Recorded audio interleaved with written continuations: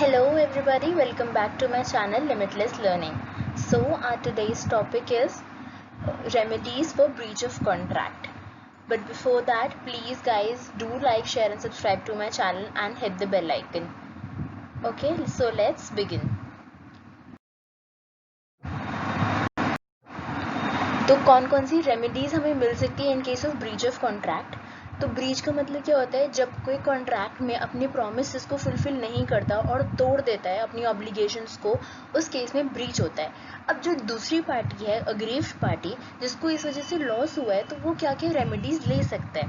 First is recession of contract, claim for damages, suit for quantum merit, suit for specific performance and suit for injunction।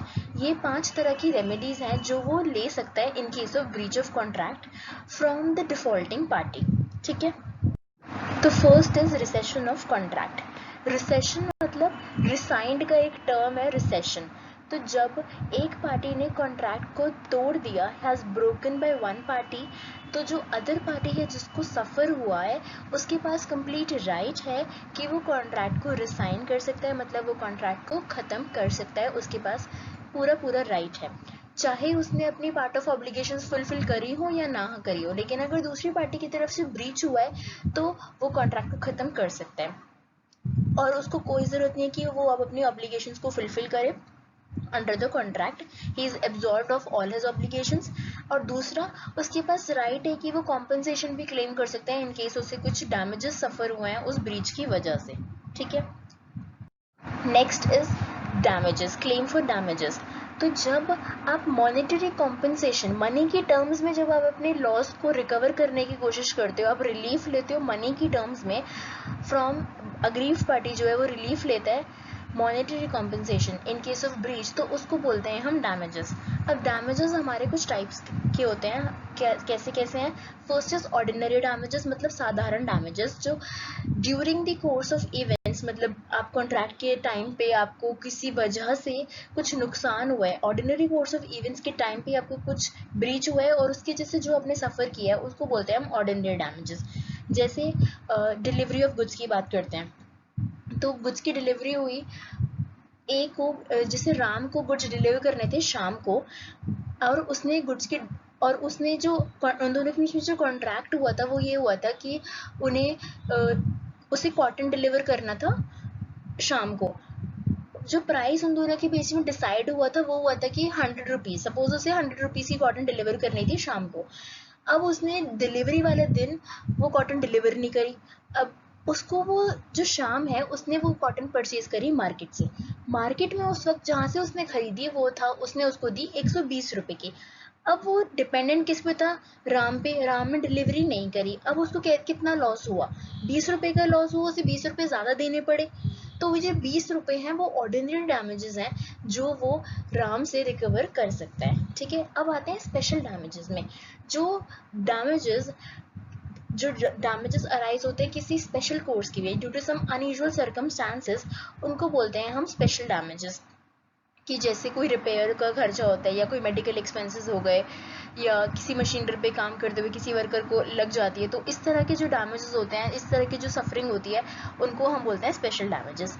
अब आते हैं exemplary damages.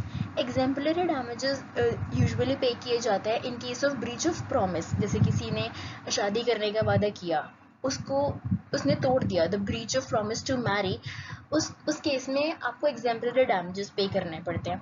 Exemplary यहाँ पे word इसलिए use किया है कि यूजुअली क्या होता है, आपको कोई लॉस हुआ है, सफ़र हुआ है, ठीक है, आपको नुकसान हुआ है, कुछ आपने पैसे ले लिए उससे, उतने आपका नुकसान हो गया, पूरा भरपाई हो गई आपकी। लेकिन मैरिज का, किसी को आपने मैरिज के लिए प्रपोज किया, आप उससे शादी करके वादा तोड़ रहे हो, तो आप सिर्फ उसको पैसे से नहीं पूरा कर सकते। It is a something that effects a person mentally.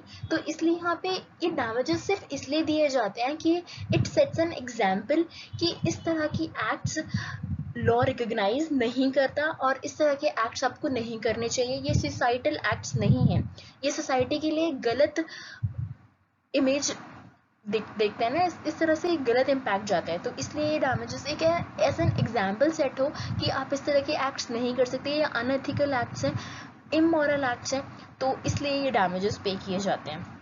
Therefore, it is said as exemplary damages. Liquidated damages. Liquidated damages वो होते हैं जो प्री डिसाइडेड होते हैं. जब आप कॉन्ट्रैक्ट के टर्म्स को लिखते हो, आपस में डिसाइड करते हो, तो उस केस में दोनों पार्टीज जो हैं कॉन्ट्रैक्ट की, वो ये भी कहती हैं कि अगर दोनों पार्टीज में से किसी ने एक ब्रीच किया तो उस केस में आपको कितने डैमेजेस पे करने पड़ेंगे, आपको कितना कॉम्पनसेशन देना पड़ेगा, वो आप प्री डिसाइड करते हैं, कॉन्ट्रैक्ट की टर्म्स में मेंशन कर देते हैं. जैसे सपोज ए को डिलीवरी करनी थी बी को, तो उन दोनों के बीच में ये डिसाइड हुआ कि अगर ए डिलीवरी नहीं करता एक पर्टिकुलर डेट पे, तो वो नेक्स्ट अगली बार जब डिलीवरी करेगा तो उस दिन का जो लॉस हुआ उसको कुछ परसेंटेज ऑफ अमाउंट है वो उसको पे करेगा एज कॉम्पनसेशन. तो ये हुए लिक्विडेटेड डैमेजेस जो आपस में पार्टीज डिसाइड कर लेती हैं. अब आते हैं अनलिक्विडेटेड डैमेजेस. अनलिक्विडेटेड डैमेजेस इसका उल्टा हुआ कि जब ब्रीच होता है अगर कॉन्ट्रैक्ट में आगे, तो उस केस में जो प्लेंटिफ होता है या जो सफरिंग पार्टी होती है वो कोर्ट जाती है और वो कोर्ट से कहती है, वो कोर्ट से दरख्वास्त करती है कि आप हमें बताएं कि कितने डैमेजेस हमें या कितना कॉम्पनसेशन हमें डिफॉल्टिंग पार्टी से लेना है. तो कोर्ट उसमें सारे फैक्टर्स को देखकर फिर डैमेजेस डिसाइड करती है. ठीक है. नेक्स्ट आते हैं कैलकुलेशन ऑफ डैमेजेस. मैंने ये बताया अभी कि कितना कॉम्पनसेशन मिल सकता है, market price less contract price. जैसे यहाँ पे ए एंड बी के बीच में कॉन्ट्रैक्ट हुआ था कि उन्हें 10 बोरी डिलीवर करनी थी, हर एक बोरी का जो वेट था वो 10 kg था. 10 बोरी ऑफ राइस डिलीवर करनी थी किसको, बी को, उसके गोडाउन पे. लेकिन ए ने डिलीवरी नहीं करी, तो इसका क्या रिजल्ट हुआ, अब ए ने डिलीवरी नहीं करी, उसने कॉन्ट्रैक्ट में क्या किया, ब्रीच. तो क्या बी जो है वो कॉम्पनसेशन क्लेम कर सकता है? यस, वो बिल्कुल कॉम्पनसेशन क्लेम कर सकता है, लेकिन कितना अमाउंट ऑफ कॉम्पनसेशन वो क्लेम करेगा. अगर यहाँ पे जो डिलीवरी का प्राइस था, मतलब एक बोरी का प्राइस अगर 800 रुपये था, एक बोरी का प्राइस अगर 800 रुपये था, तो और मार्केट प्राइस हो गया 1000 रुपये और उसी बोरी का मार्केट प्राइस था 1000 रुपये, तो कितना अमाउंट ऑफ कॉम्पनसेशन वो लेगा, वो लेगा मार्केट प्राइस कितना है 1000 में से माइनस 800 जो उसका कॉन्ट्रैक्ट प्राइस था, तो कितना कॉम्पनसेशन हो गया हमारा, 200 हमारा कॉम्पनसेशन हो गया. वो 200 जो बी है वो 200 रुपये उससे एज अ कॉम्पनसेशन ले सकता है. ठीक है, एक बोरी पे. Next is suit upon quantum merit. Quantum merit मतलब अपॉन द क्वांटिटी, जो उसने क्वांटिटी, जितनी क्वांटिटी का उसने काम किया है उतना उसको एडवांटेज मिलना चाहिए, उतना उसको बेनिफिट मिलना चाहिए. मेरिट हमने पढ़ा ना, डिमेरिट्स मेरिट्स, तो वही एडवांटेजेस उसको बेनिफिट्स उस क्वांटिटी ऑफ वर्क डन का मिलना चाहिए. तो द क्वांटम मेरिट का मतलब होता है according to the quantity of work done. तो यहाँ पे क्या कहते हैं कि अगर किसी पार्टी ने कोई काम किया है और आपने उसको किसी काम के लिए अपॉइंट किया, अब उसने उसका कुछ काम हो गया और अब आप उसे बोल रहे हो कि अब आपको कॉन्ट्रैक्ट को टर्मिनेट करना है और आप आगे काम नहीं करवाना चाहते हैं उनसे. लेकिन उसने जितना काम कर लिया वो कहता है कि ये सूट फॉर क्वांटम मेरिट कहता है कि उसे उतने काम के बेनिफिट्स मिलने चाहिए. आपने उसके काम के जो बेनिफिट्स हैं, आपने उसके काम के जो बेनिफिट्स हैं वो एंजॉय किए हैं, तो उसे उतना काम जो उसने किया उसका रिटर्न तो मिलना चाहिए ना. तो इसी के अंडर आप आते हैं कि आप कहाँ कहाँ क्वांटम मेरिट क्लेम कर सकते हो. ठीक है. तो first is when an agreement is discovered to be void. अगर फ्यूचर में जो आपका अग्रीमेंट है आपको पता चलता है वो वॉइड हो जाता है, तो उस केस में आप कैसे क्वांटम मेरिट का बेनिफिट यूज कर सकते हो. तो जहाँ पे एक person has been work has been done and accepted that is subsequently discovered to be void. आपने कुछ काम कर लिया, बाद में पता चलता है कि वो जो आप काम कर रहे हो या जिस कॉन्ट्रैक्ट में आप आए हो वो वॉइड है. तो a person who has performed the part of the contract is entitled to recover the amount of work done. मतलब जितना उसने काम किया है उसके पास पूरा राइट है कि वो उसके लिए स्यू कर सके दूसरी पार्टी को और उसके लिए वो कॉम्पनसेशन ले सके. ठीक है, जिसने उसके बेनिफिट्स को एंजॉय किया अंडर द कॉन्ट्रैक्ट. या फिर सेकेंड केस है where something is done or delivered without intention to do so gratuitously. अगर एक पर्सन ने दूसरी पर्सन को कुछ गुड्स डिलीवर किया है या फिर उसके लिए कुछ काम किया है जहाँ पे दूसरे पार्टी ने तो उसके बेनिफिट्स एंजॉय किए, उसके काम के बेनिफिट्स एंजॉय किए हैं, एंड जो फर्स्ट पार्टी है उसने वो काम without intention to do so gratuitously, उसने वो काम फ्री में नहीं किया. उसकी इंटेंशन रही थी कि अगर वो मेरे काम के बेनिफिट्स लेता है तो मैं उससे इन रिटर्न पैसे लूँगा. हम अगर उसने गुड्स को डिलीवर किया है तो उसकी इंटेंशन होती है कि उसको वहाँ से पेमेंट आएगी. तो इस केस में जब a person does some acts और deliver something to a person with the intention to receive a payment, उस केस में the person is bound to make payment. अगर जैसे सपोज आपने ए ने डिलीवर कर दी गुड्स बी को, अगर इन केस बी को वो गुड्स नहीं चाहिए थे तो वो रिजेक्ट कर देता, वो उन गुड्स को वापस भिजवा देता या उनको कॉल करके बोल देता कि मुझे गुड्स की डिलीवरी नहीं चाहिए। लेकिन इन एनी केस उसने गुड्स की डिलीवरी रख ली, बेनिफिट भी ले लिया उसने उसको सेल करके, और फिर अगर वो पेमेंट नहीं करता ए को कि मैंने तो तुम्हें नहीं बोला था कि गुड्स को भेजने के लिए, तुमने अपनी मर्जी से भेज दिए, तो वो इस चीज़ से अपने आप को नहीं ढक सकता, उसको पेमेंट करनी होगी क्योंकि उसने वो गुड्स रख लिए, उसके रखना ही उसकी एक्सेप्टेंस हो गई और फिर उसने उसको सेल करके उनसे कमा भी लिया, तो उसने बेनिफिट्स भी इंजॉय कर लिए। तो यहाँ पे जो ए है वो क्वांटम मेरिट का, ये सूट अपॉन क्वांटम मेरिट का जो बेनिफिट है इस रेमेडी को यूज़ कर सकता है और वो बी से पेमेंट ले सकता है अपने गुड्स की। ठीक है, way the contract is divisible. Divisible contracts वो कॉन्ट्रैक्ट्स होते हैं जहाँ पे आप दो पार्टीज होती हैं और जो एक पार्टी होती है ना वो दूसरी पार्टी से इंस्टॉलमेंट्स में सामान मंगाती रहती है और इंस्टॉलमेंट्स के बेसिस पर ही वहाँ पे पेमेंट होती है। फिक्स्ड होता है कि आपको एवरी मंथ इतना गुड्स को डिलीवर कर देना है हमारे पास और हम आपको पेमेंट करेंगे, इस तरह से कोई कॉन्ट्रैक्ट होता है। तो इस केस में क्या होता है कि आप जितने गुड्स आपने डिलीवर कर दिया आप उनकी पेमेंट को डिमांड कर सकते हो, इवन इफ आप फ्यूचर में वो कॉन्ट्रैक्ट कैरी ऑन नहीं करना चाहते हो। ठीक है, जैसे इस केस में कहते हैं कि जो डिफॉल्टिंग पार्टी होती है ना, अगर वो रिफ्यूज़ करते हैं कि मैं आगे कॉन्ट्रैक्ट को परफॉर्म नहीं करना चाहता, फिर भी जितना पार्ट उसने परफॉर्म कर दिया है, जितने पार्ट उसने आगे अपने पहले जो पास्ट में उसने जितने भी डिलीवरी करी है, जितने भी गुड्स डिलीवर किए हैं, जितने भी आइटम्स डिलीवर किए हैं, अगर उनकी पेमेंट उसे नहीं मिली है तो वो उनकी पेमेंट डिमांड कर सकता है under this remedy, even if आगे का वो कॉन्ट्रैक्ट परफॉर्म नहीं भी करना चाहता है तब भी। ठीक है, next is suit for specific performance. Specific performance का मतलब है कि जहाँ पे डैमेजेस, जहाँ पे जो अग्रीव्ड पार्टी है उसको लगता है कि डैमेजेस मेरा एडिक्वेट रिलीफ नहीं है, मतलब डैमेजेस मेरा एडिक्वेट रेमेडी नहीं है इन केस ऑफ ब्रीच, तो कोर्ट के पास पावर होती है कि वो जो डिफॉल्टिंग पार्टी है उसको ये ऑर्डर दे सकती है ऑफ स्पेसिफिक परफॉर्मेंस। मतलब वो ऑर्डर दे सकती है कोर्ट कि आपको जो कॉन्ट्रैक्ट में आपके ऑब्लिगेशंस थे अगर आपने अब नहीं किए तो कोई बात नहीं, डैमेजेस एडिक्वेट रिलीफ नहीं है, एडिक्वेट रेमेडी नहीं है, तो आपको जो अपनी ऑब्लिगेशंस है वो आपको परफॉर्म करनी होगी अंडर द कॉन्ट्रैक्ट।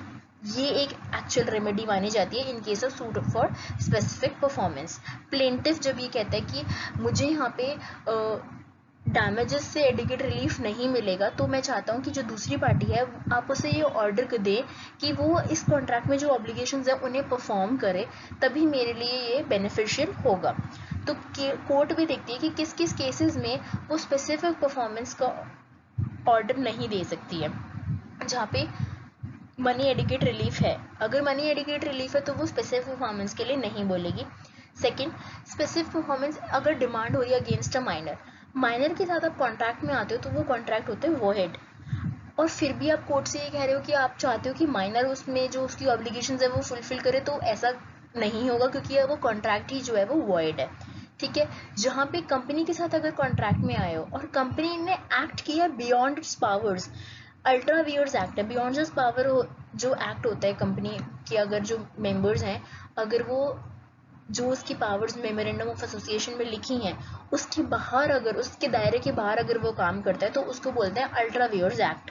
तो उस केस में भी कोर्ट कभी भी ये डिक्लेयर नहीं करेगा कि आप स्पेसिफिक परफॉर्मेंस करो। ठीक है, next is suit for injunction.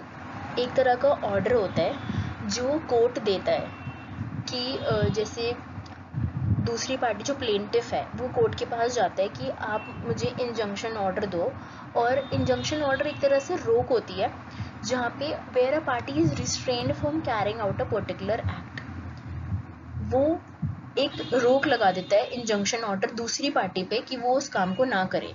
Suppose एक पर्सन ने प्रॉमिस किया कि वो ये काम नहीं करेगा, लेकिन फिर लेटर ऑन वो कहता है कि मैं तो ये काम करूंगा, तो आप प्लेंटिफ जो है जिसको सफ़र हो रहा है वो कोर्ट के पास जाकर इंजंक्शन ऑर्डर लेकर आ सकता है ताकि वो पर्सन जो है, जो डिफॉल्टिंग पार्टी है, वो काम ना करे, ठीक है, जब तक कोर्ट ने बोला है कि उसको ये काम नहीं करना। तो इंजंक्शन भी दो तरह के होते हैं, एक होता है परमानेंट इंजंक्शन और एक होता है मैंडेटरी इंजंक्शन। परमानेंट इंजंक्शन तो होता है कि जो लग गया, परमानेंटली लग गया उसके ऊपर परमानेंट रोक है, वो हो गई कि अब वो ये काम नहीं कर सकता, परमानेंट स्टॉप, आप ये काम नहीं कर सकते हो, ये कोर्ट ने आपको ऑर्डर दे दिया। मैंडेटरी इंजंक्शन क्या होता है? मैंडेटरी इंजंक्शन में ये होता है कि कोर्ट आपको बताता है कि आपको कैसे एक्ट करना है, कोर्ट समझाता है आपको कि आपको किस तरह से परफॉर्म करना है, वो होता है मैंडेटरी इंजंक्शन। और जैसे इंजंक्शन कैसे, इसका एग्जांपल भी है कि जब कंपनी में आते हैं तो प्रमोटर्स जो होते हैं वो ये होता है कि वो सीक्रेट प्रॉफिट्स नहीं बनाएंगे, जो कंपनी के मेंबर्स होते हैं वो सीक्रेट प्रॉफिट्स नहीं बना सकते, ये रूल होता है कंपनी का। लेकिन फिर भी अगर वो सीक्रेट प्रॉफिट्स बनाते हैं, वो सीक्रेट प्रॉफिट्स रखते हैं, तो उस केस में जो जिनको पता चलता है, दूसरे मेंबर्स जो हैं वो जाकर कोर्ट से इंजंक्शन ऑर्डर लेकर आ सकते हैं कि ये सीक्रेट प्रॉफिट्स बना रहे हैं, और कोर्ट उनको ये ऑर्डर दे सकती है कि आप ये काम नहीं कर सकते जब तक आगे की प्रोसीडिंग्स होती हैं। So that's all for today. I hope you like my video and do like, share and subscribe to my channel. So guys, मैंने कॉन्ट्रैक्ट का एक बेसिक पार्ट जो है वो ख़त्म कर दिया है यहाँ पे। कॉन्ट्रैक्ट शुरू कहाँ से हुआ और कॉन्ट्रैक्ट ख़त्म होता है और टर्मिनेशन होता है, ब्रीच की वजह से होता है, और उस केस में आप रेमेडीज़ कैसे ले सकते हो, यहाँ पे एक पार्ट ख़त्म हो चुका है। नेक्स्ट हम छोटे छोटे टॉपिक्स कवर करेंगे आगे की वीडियोज़ में। So please guys do stay tuned and hit the like button. Bye bye.